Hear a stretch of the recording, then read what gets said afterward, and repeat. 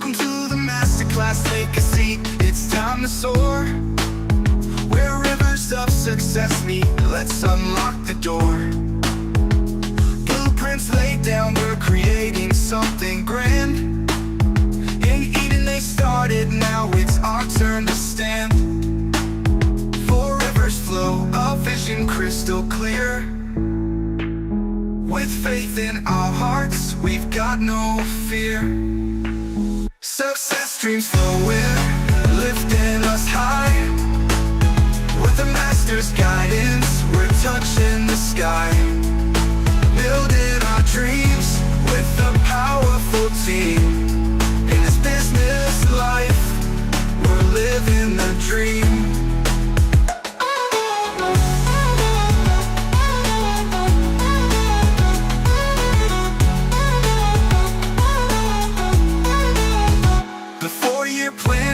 Rejecting that slow grind. 40 years wasted, leave that behind.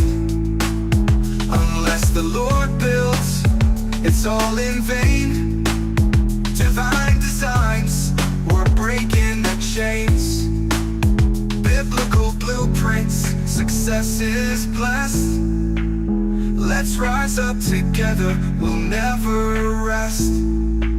Success streams flowing, lifting us high. With the master's guidance, we're touching the sky.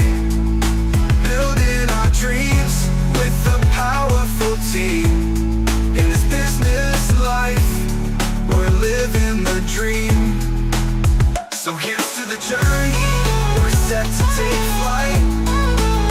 With faith as our armor, we're ready to fight.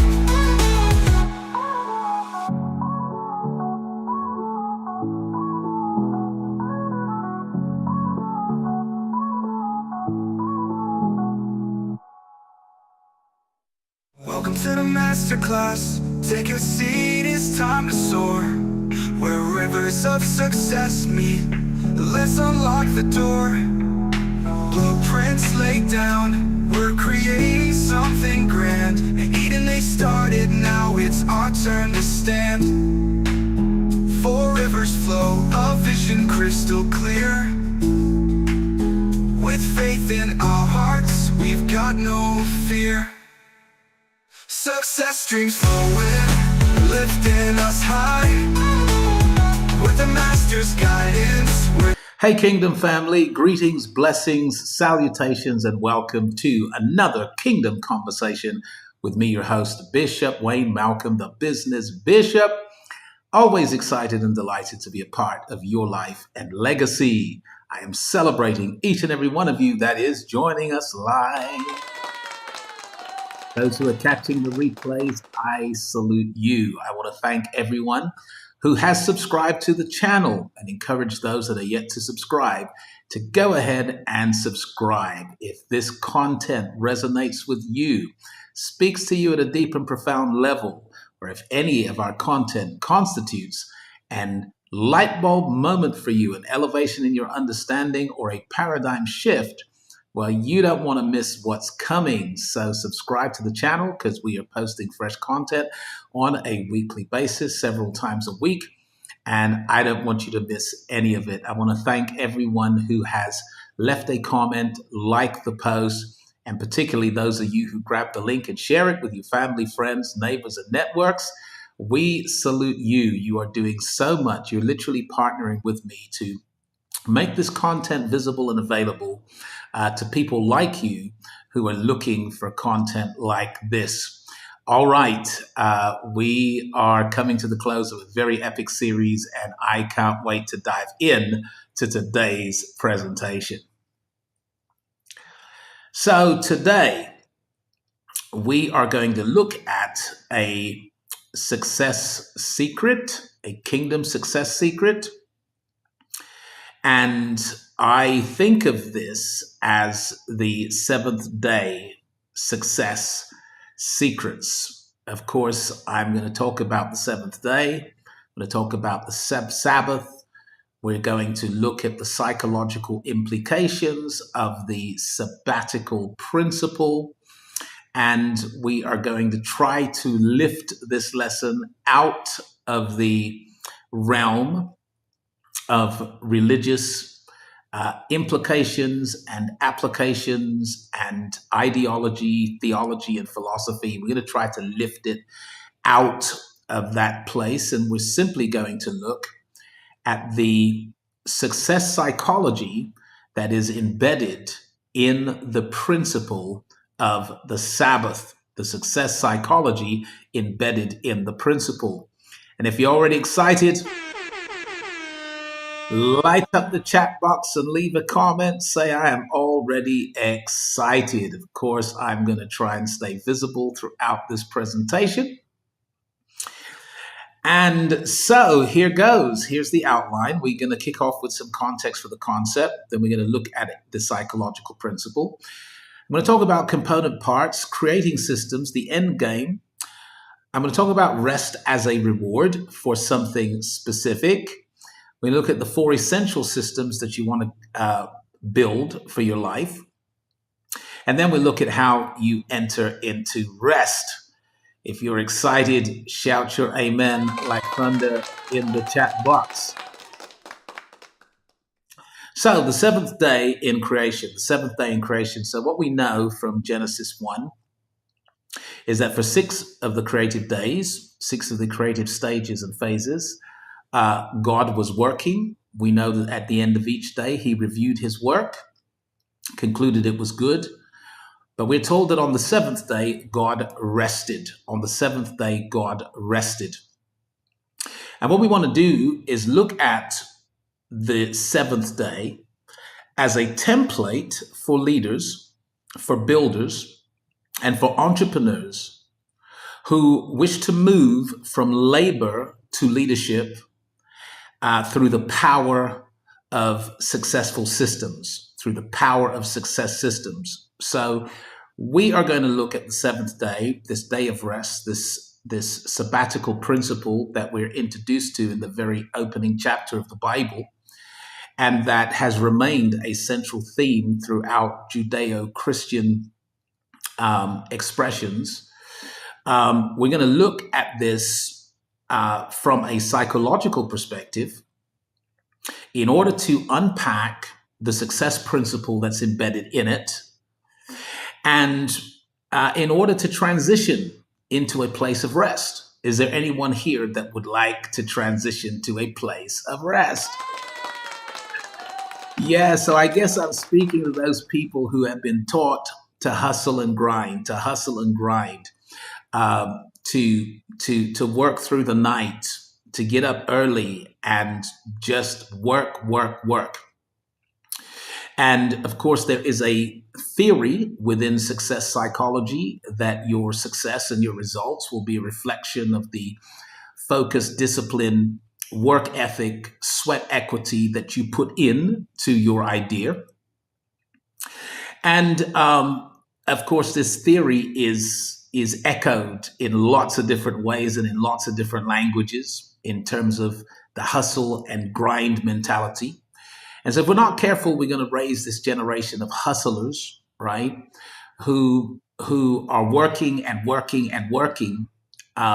this life of labor at the expense of health and happiness and other things that are infinitely more important to you. And then, of course, there is the theory that if you just work, then, one day you'll be able to enjoy that and you can just kind of chill out, right? Well, we're going to challenge some of that ideology, and we're going to challenge it based upon the God model, I wish I had some help in here. The God model? Yeah. I mean, look, in Genesis 1, the Bible teaches that man is fundamentally made in the image and likeness of God. So he is a reflection of God. This means by default that whatever God tells you about himself, he is indirectly telling you about yourself. Okay?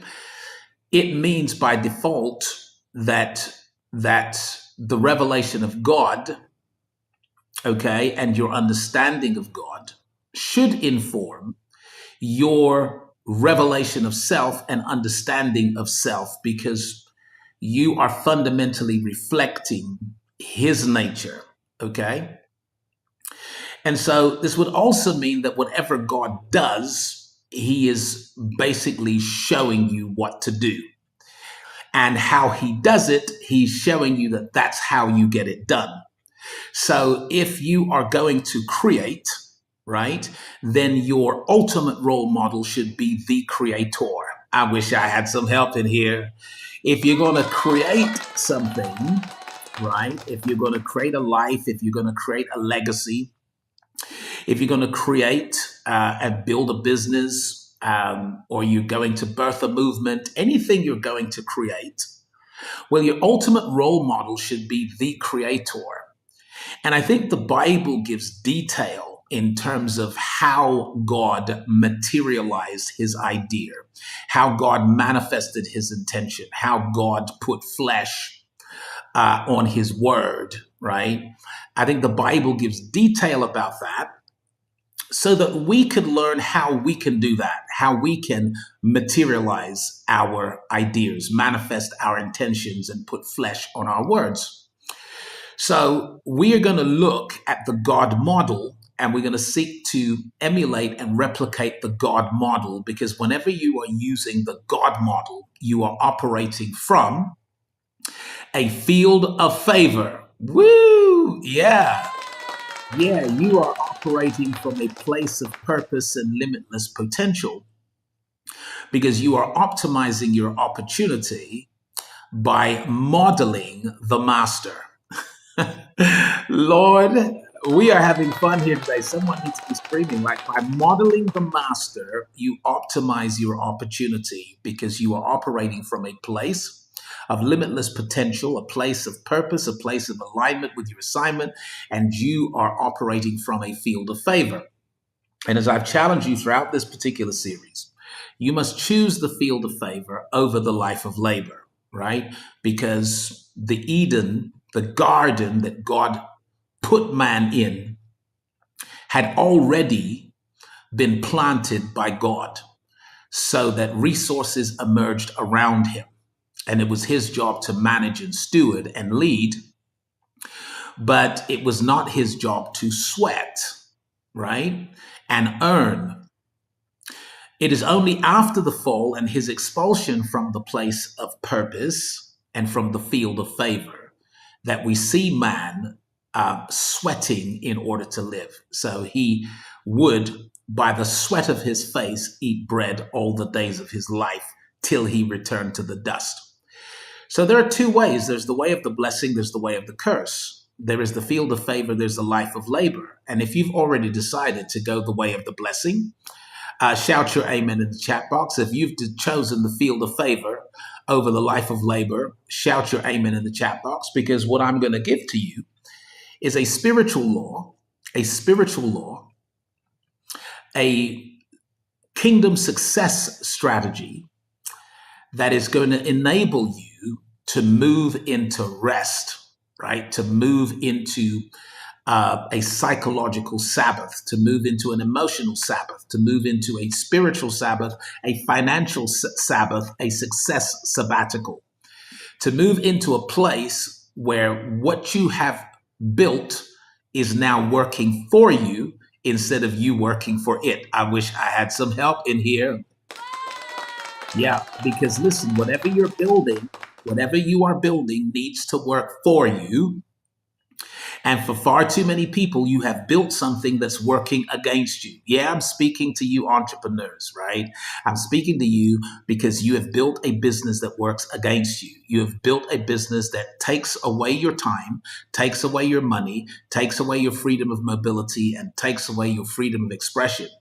And because your only metric is income and profit margins and net income, that's your only metric, you haven't realized that you've actually built something that's working against you.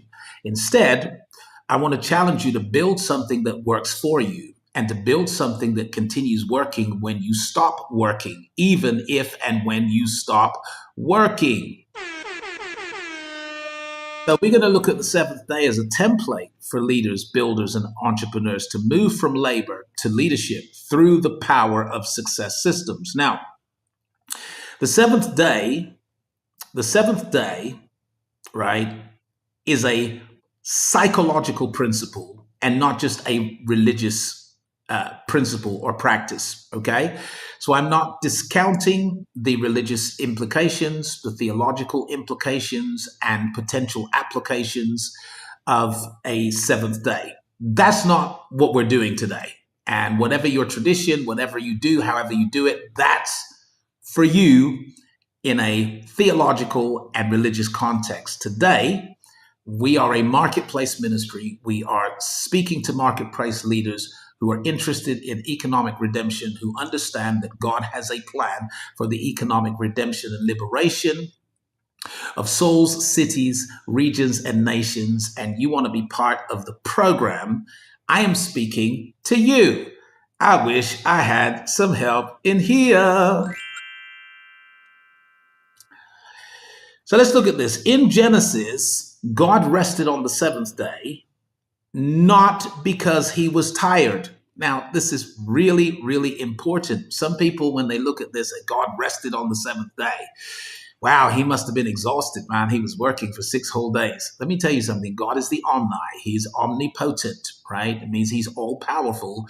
And that simply means that he didn't rest because he was tired. Okay. And so much of our rest is linked to exhaustion.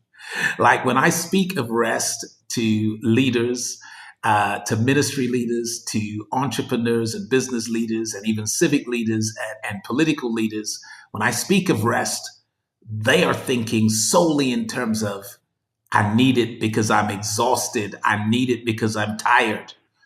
But in the beginning, God did not rest because he was tired. He did not rest because he was exhausted. He rested because the work was complete and it was fully functional. See, the number 7 is God's number signifying a finished work. The conclusion of a matter, the complete or completion of a task. So whenever that number 7 comes up, it speaks of completion, conclusion, and a finished work. And the reason God rested on the 7th day is because the work was complete and it was now fully functional. So this rest is symbolic of satisfaction, where you can look at the work you've done and you can say, I am satisfied. It is symbolic of a season of reflection where you can reflect over what has been built and you can watch it work. It is symbolic of systemization. Systemization. What do I mean by systemization? I mean that God set it in motion and he was able to watch it work. Is there anybody here that would love to one day kind of sit back and watch it work? Like to build something that you can just watch it working. You can now become an overseer watching the system work. And of course, rest is symbolic of these things. It is not symbolic. It is not attributed to, in the beginning, it is not linked to exhaustion, fatigue, and being tired. So if you are exhausted, fatigued, and tired, know that the rest I am speaking about is not an antidote to that. It's not about that.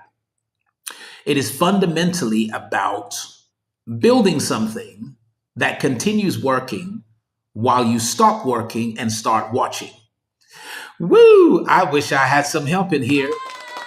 Is there anybody under the hearing of my voice that would like to stop working in it and start watching it?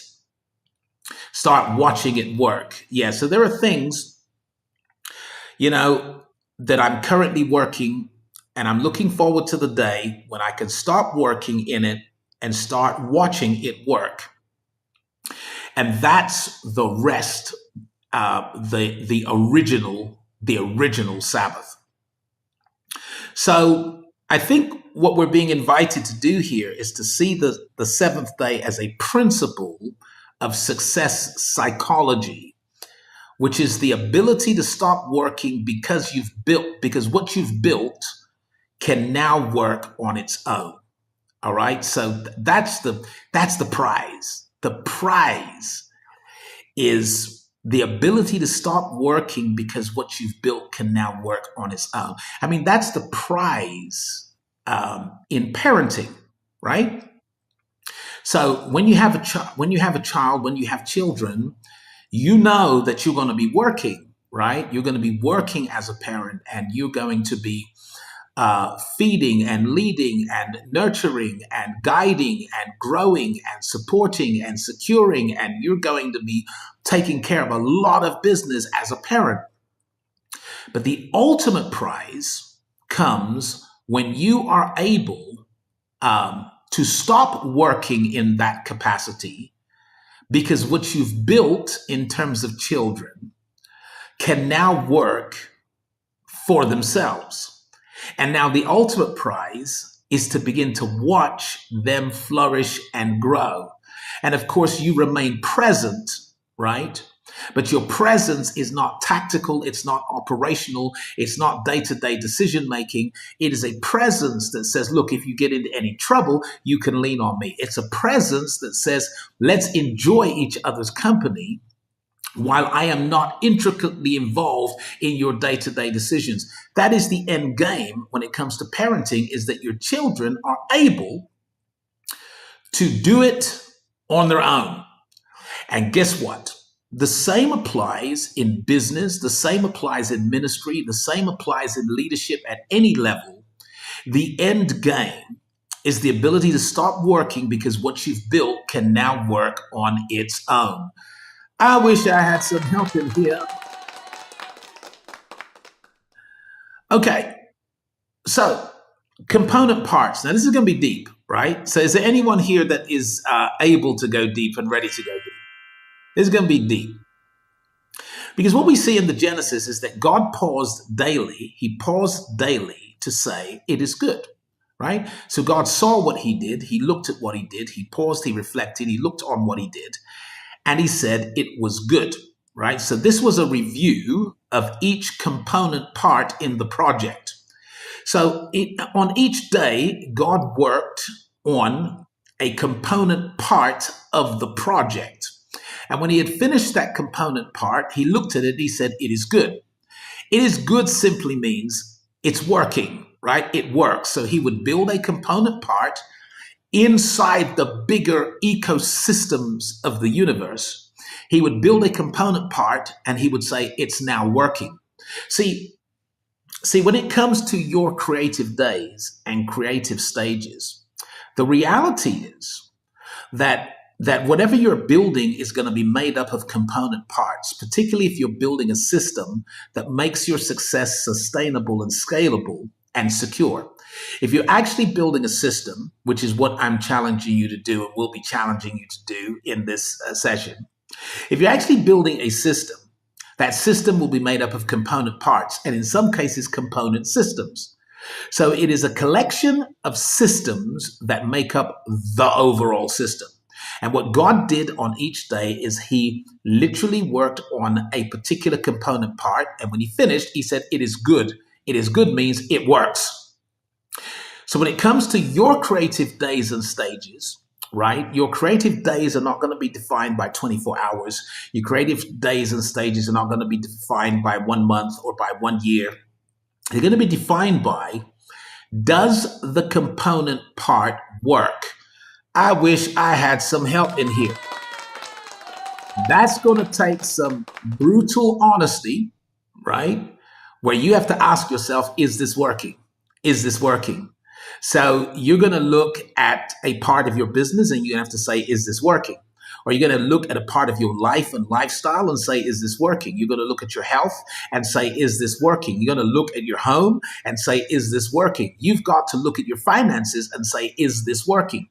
Because you haven't finished developing the component part until you can look back at it and say, it is good, meaning it works, right? So whatever I'm doing to optimize my health and wellness, it works. Whatever I'm doing to optimize my domestic happiness, peace, and joy, it works. Whatever I'm doing to optimize my business, it works. Whatever I'm doing to optimize my finances by way of how I invest my money to grow more money, it works.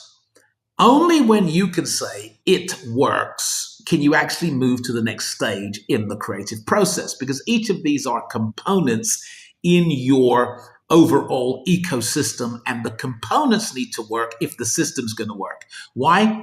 Because the system is made up of interdependent and interacting and interrelated components.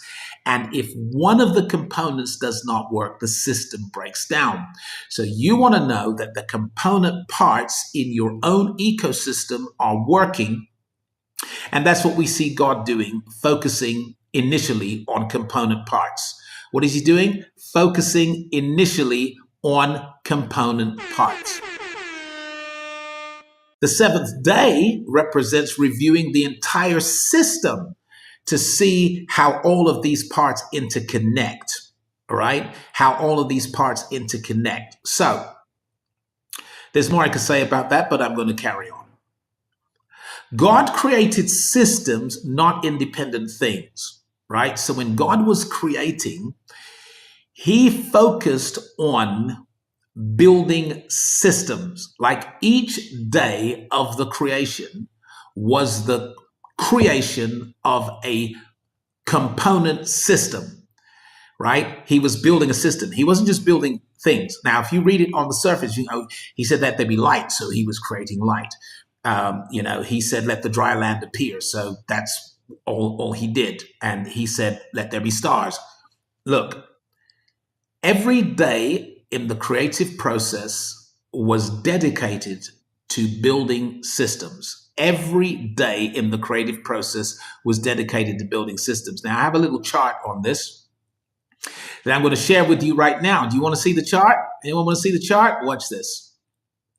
Okay. So if you look at this chart, what you will see is that on day one, God created the electromagnetic and photonic system, right? Let there be light was the creation of electromagnetic energy. It was the electromagnetic photonic system. When it comes to the second day, in terms of the waters, right? And what he does with the waters, he is creating the atmospheric and hydrological system, which would govern the atmosphere and water cycle. Okay, so the product of the atmospheric and hydrological system would be to create atmosphere and water cycles. On the third day, what we then begin to see is the lithosphere and terrestrial plant systems, okay, responsible for geology, botany, and ecology. But this is a system that he's created which makes plant life sustainable, scalable, secure, and repeatable, because he's building the system. Then what we see on the fourth day is the celestial and astronomical systems, which are responsible for cosmic and temporal order. And so we see this, we study this through astronomy and cosmology. But what God created on the fourth day was a system. Then, of course, on the fifth, we see the marine ecosystem and aviation systems responsible for aquatic and air-based life, right? And when we study this today, we study marine biology and ornithology. All right, on the sixth day, he creates zoological and anthropological systems responsible for animals and human societies. We study this today in the form of zoology, anthropology, sociology, and even theology. Wow and wow. What are we seeing here? We are seeing that on each day of the creative order, God made systems. And these systems were component systems within a greater universal ecosystem. And why is God so obsessed with systems? Because systems make your success sustainable. Woo! I wish I had some help in here.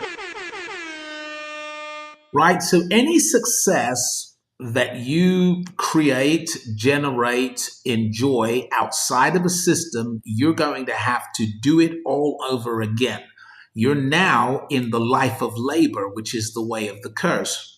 The way of the blessing starts with a field of favor and systems that God has already created.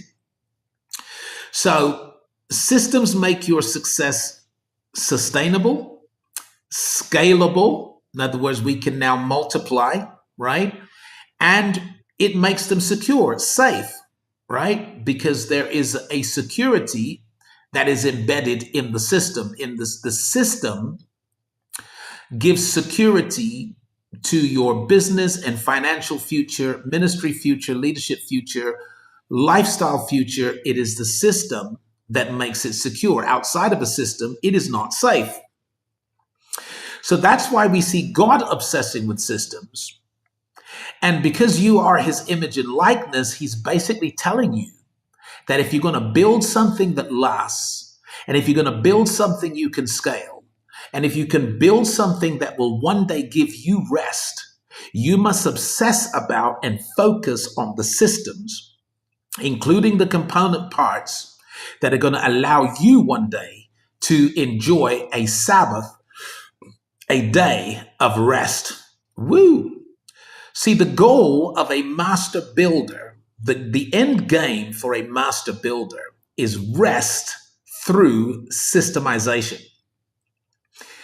Like the end game, right? If you are building a business, if you are building a brand, if you are building a ministry, if you are building a movement, if you are building something meaningful and significant with your life, the end game is that it starts working for you. Okay? The end game is that it gives to you what you wanted from it in the beginning. And a lot of people, for example, go into business in pursuit of freedom, right? Time freedom, financial freedom, freedom of mobility, freedom of expression and identity. They're looking for these freedoms. But if you don't build systems, the business takes away from you everything you hoped it would give you.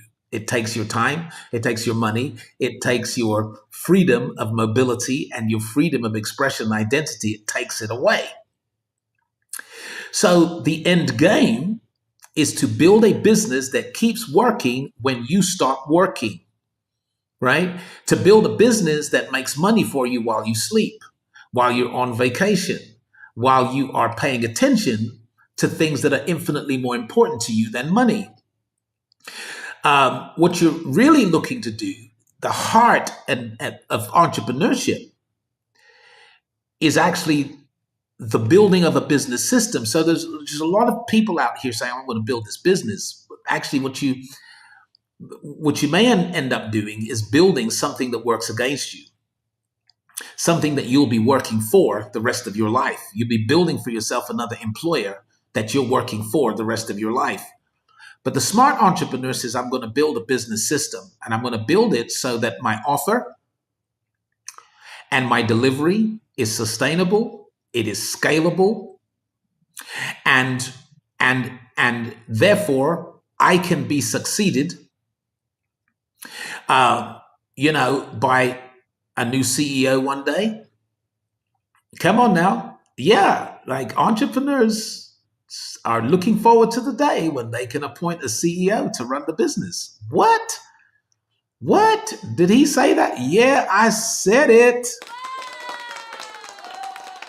See, on the seventh, see, and like, you want me to prove this in the Bible? Like, God built it all and then appointed Adam the CEO. Woo! I wish I had some help in here. God built the system and then he appointed Adam to be the CEO, to literally run, manage, lead, and steward the entire system. That is the mind and the heart of a wise master builder. And it's interesting to me that in business philosophy and in business schools, and some of the great success philosophers when it comes to business and leadership, they have written extensive works on the importance of business systems, the importance of scalability, the importance of you envisaging a day when you can appoint people to do what you're currently doing, and you can employ into your business not just more hands but more minds and more hearts. And they've done a lot of teaching around what it takes to scale, from one restaurant to 2, 3, 4 restaurants, from one hair salon to 2, 3, 4 hair salons. And they emphasize the building of a system. And the whole time, the great master builder, the king of all creation, had the principle embedded in Genesis 1 from the beginning. He's building for 6 days so he can rest on the 7th day and appoint Adam to be the CEO, managing the systems that he built. Woo! I wish I had some help in here. See, on the 7th day, God didn't stop everything. He watched the system continue without his direct involvement. The ultimate success is when you've built what works in your absence. Your goal is to build something that works when you stop working. This means shifting psychologically and operationally from the laborer to the leader. Woo! I need sound effects when I'm teaching like this. From the laborer to the leader, from the operator to the owner, from working in the business to working on the business. Because rest, right? Rest, which is what the 7th day is devoted to. God rested on the 7th day from all his work. Not because he was exhausted, not because he was tired, not because of fatigue, but because he had created systems that would continue working when he stopped working. God built it to work in his absence. That was his grand objective. He built it to work under new leadership, to work under new management, to work under new stewardship. And so rest is really a reward, and it's a reward. It's the reward of a system-driven life, a system-driven life. The Sabbath is the psychological and practical reward of systems thinking. Like, the only people who really enter into rest are people who are focused on building systems, obsessed with systems, and think in terms of systems.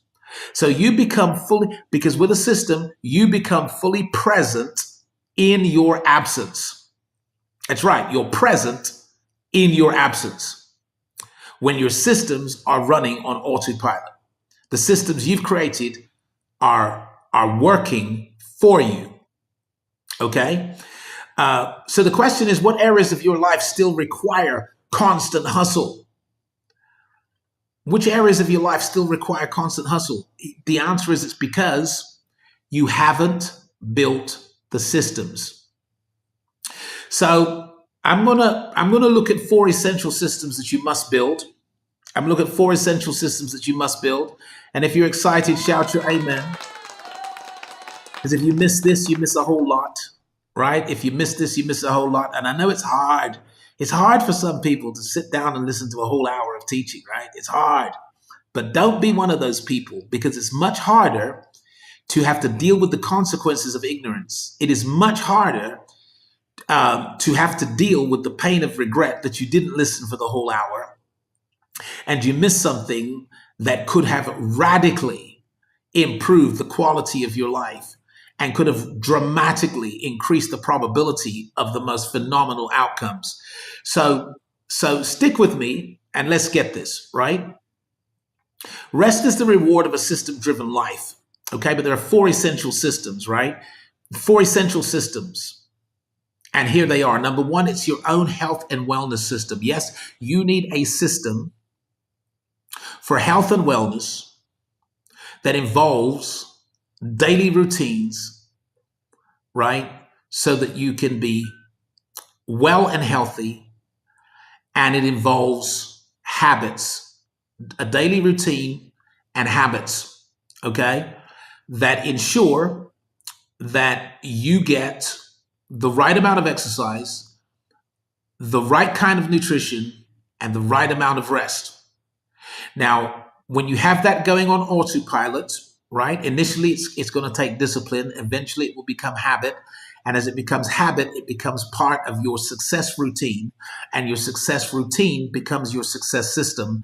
And it becomes responsible for the fact that you have energy, right, that you're healthy, that you're well, and that you have energy. You need a health and wellness system, okay? Number 2, you need a family and relational system. And this is pretty much going to involve, again, success routines, rituals, habits that maintain and increase the peace, the love, and the joy that you experience in your palace, in the house, in the home. And that actually create and sustain paradise in the house. Is there anybody here interested in creating and sustaining paradise in the house? Then you need business systems, right? You need a business system, right? And the business system is really processes that are powered by software and stuff. Right? It's usually going to be a combination of applications and people in the right place, doing the right things at the right time in the right way, right? So when you're building your business, you are looking at the best technology, the best equipment, the best software, and the best people in order to work the business when you're not working, so that the business continues generating revenue in your absence. It continues generating revenue while you sleep. And this has to do with systemizing the business, creating automations, putting it hands-free, putting it on autopilot. And to be fair, that whole aspect, right, is something that most of my business coaching clients relish and cherish about our approach to business success, is to create business systems that work in your absence and generate money for you while you sleep. And then, of course, you need financial systems. You need a financial system, okay, because whereas your business may determine how much money you can make, it is your financial system that determines what you make with the money. So you got to go beyond how much money you can make to how much you can make with the money. All right? Because according to Jesus, you can't serve God and money. Like, money is not meant to be your master. It's meant to be your servant. If money is your master, you can't really serve God. But if you're serving God, you can make money your servant, which means that instead of working for money, you make the money work for you.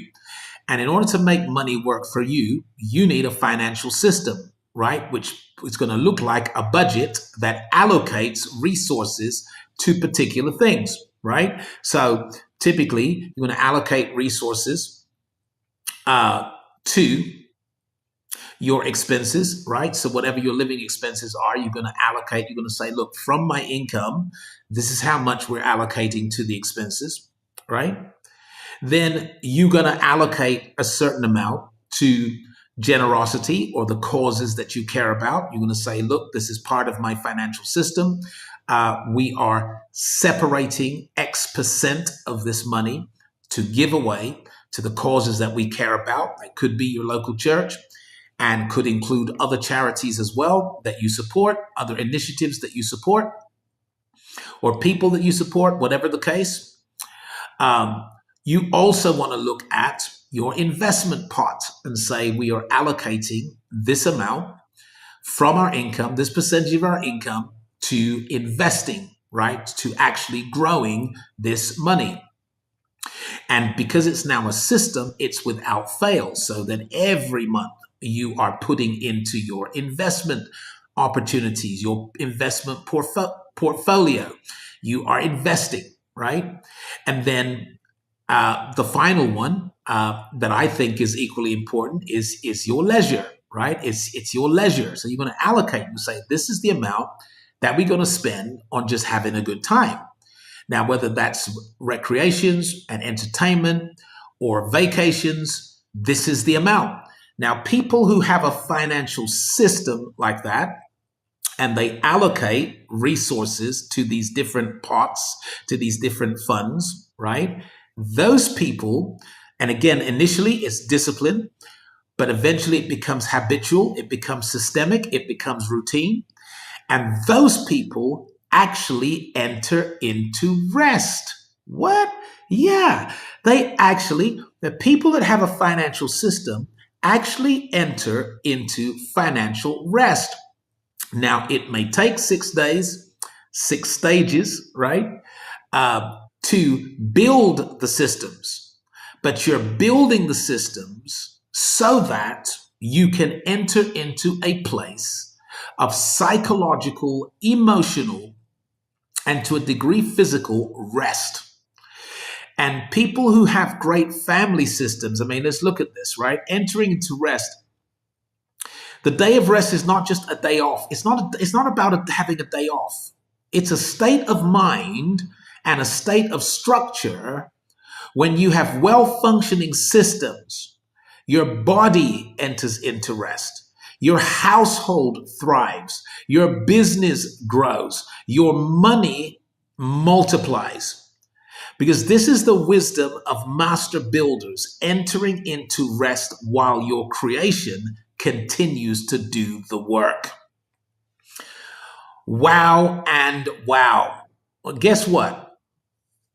That is such a powerful lesson, packed with principles, loaded with wisdom.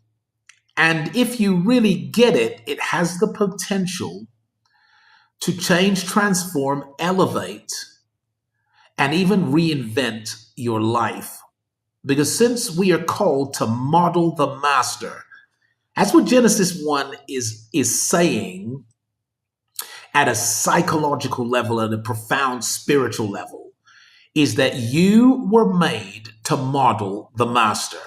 I feel like I need to say it again. What Genesis 1 is saying at a profound psychological and spiritual level is that you were made to model the master. It means that you were created to create. You were made to make things happen. But modeling the master is not just focusing on outcomes, it is also modeling the process and the way that God does what he does. Because whatever God tells you about himself, he is indirectly telling you about yourself, given that you were made in his image and likeness. And it also means that whatever he does, you can do in a particular field. It also means that the way he does it is the way that you do it.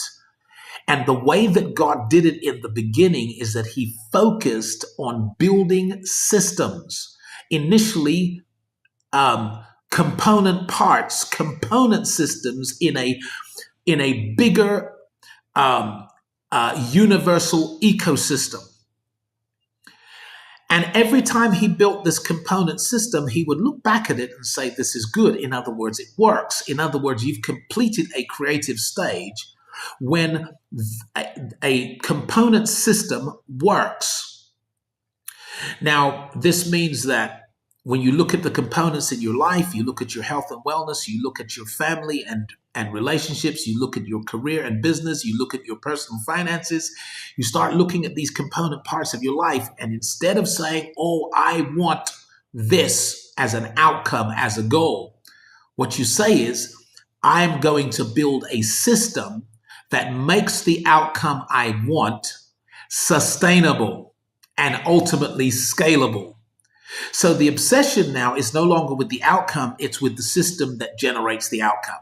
Because that's what we see God doing. That's God's way. That's God's style. And since we are made to model the master, then that's how we do it. We build these component parts, and then we can enter into rest, a Sabbath.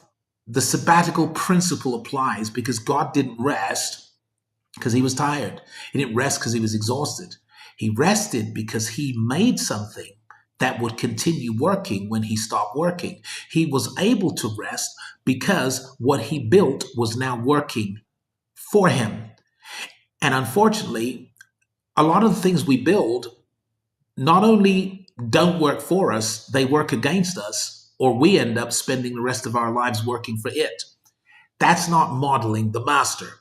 So if this message resonates with you, I'm going to ask you to do a couple of things. One, like the post, leave your comment, your testimonial, subscribe to the channel. That's the basic. Two, grab the link and share it with anyone that you know right now who's exhausted, fatigued, tired, working every hour that God sends, just working, right? Sweat equity, a life of labor, don't even know about the field of favor, the place of purpose, and limitless potential. Don't understand the spiritual laws that govern success. Grab this link and share it with them. Okay. The third thing I want you to do is listen to these ads, because I don't just teach spiritual laws as they apply to success, kingdom success strategies, the mysteries of the kingdom. I don't just teach it to the audience. I teach teachers how to teach it, right? So I'm currently taking people into a new program, which is called the Kingdom MBA. And if you want to learn not only how to understand and apply these principles, but how to become a teacher of these principles and a voice in a void in your sphere of influence or your part of the world, you want to take a look at the Kingdom MBA. I've got many other things that I'm going to offer you right now, most of which are completely free of charge. I'm going to offer them to you if you'll stay and watch these ads and make use of the links in my bio. Until the next time, this is Bishop Wayne Malcolm, the Business Bishop, bidding you Godspeed, peace out, and shalom. Hey, I'm Bishop Wayne Malcolm, author, coach, and founder of the Epic Kingdom Network. If you've ever felt like something's missing in what you've been taught about Christianity, you're not wrong. Most of us were taught that heaven and the hereafter are the goal, prize, and sole objective of the faith. But the original message of Christ taught us to engage, to influence, and to transform the world. Believe it or not, Jesus didn't die to get us into heaven. He died to get heaven into us, and then through us into the earth. What if I told you that Christianity was never meant to be a religion, but rather a relationship and a global revolution, a divine intervention, not a man-made institution? The original message and mission of Christ was hijacked, diluted, distorted, and replaced with a religion. My new ebook, Kingdom Theology for Kingdom Citizens, is not just another devotional, it's a call to action. A bold reintroduction to the original message of Christ, a message of dominion, not escapism, of transformation, not tradition. You'll learn what it means to rule and reign with Christ, to steward wealth with purpose, to influence government, education, culture, and business as an ambassador of heaven, This book will shift your lens, stir your spirit, and set you on course with divine clarity. And right now, for a limited time, I'm giving you free access to the digital and audiobook versions. No cost, no catch. Just click the link in the description, grab your copy, and step into clarity. The world is shifting, and so is the role of the modern minister. While tradition struggles to keep pace with culture, many ministries have become irrelevant, invisible, and ineffective. But the call of God on your life remains. It's not less real, it's just waiting for the right strategy. The kingdom doesn't need more sermons, it needs builders, architects, apostolic leaders with systems, prophets with platforms, teachers with tools, pastors with a plan, evangelists with clarity and reach. That's why we created the Kingdom MBA, a high-level ministerial certification and licensing program under a covering with me, the Business Bishop, and the Epic Kingdom Network. This is more than a course, it's a complete solution. It's for those who sense the call but lack a clear path. It's for those already in ministry, but know something must change. It's for those ready to lead, teach, build, and influence with power and precision. Here's what you must believe. You don't need to start from scratch. You need a head start. This program gives you the blueprint, the systems, the support, and the spiritual alignment to fully step into your assignment. If you're ready to stop guessing and start building, apply today. Your calling deserves more than good intentions. It deserves structure, strategy, and spiritual authority. Apply now to become a certified and licensed kingdom leader. This is your moment. This is your movement. This is your Kingdom MBA. Hey there, entrepreneurs. If you enjoy the teachings of Bishop Wayne Malcolm, I've got something amazing for you. Introducing the New Breed Community, an exclusive online platform for kingdom-conscious entrepreneurs, professionals, investors, and creators. This isn't just a community, it's a movement where we discuss and explore kingdom concepts. Here, kingdom-minded people connect, share, learn, and grow together. Inside, you'll find exclusive content from Bishop Wayne Malcolm, including special sessions just for members. And the best part? It's free to join. The New Breed Community sits on the Heartbeat platform, where Bishop Wayne Malcolm is excited to meet you online. Join us for weekly Q&A sessions with Bishop Wayne and get exclusive insights that can transform your life. Love to read? Join our book club to feed your mind and spirit. Got a prayer request? Post it and let's lift each other up. Have a testimony? Share how God's goodness is shining in your life. We're more than just a community, we're a movement. Discover the powerful relationship between your profession and your purpose. Join us now on the Heartbeat platform. Connect with us and let's grow together. Bishop Wayne Malcolm and the New Breed Community are waiting for you. So what are you waiting for? Hit that join button and step into a world of connection and growth. A warm welcome awaits you. See you on the inside.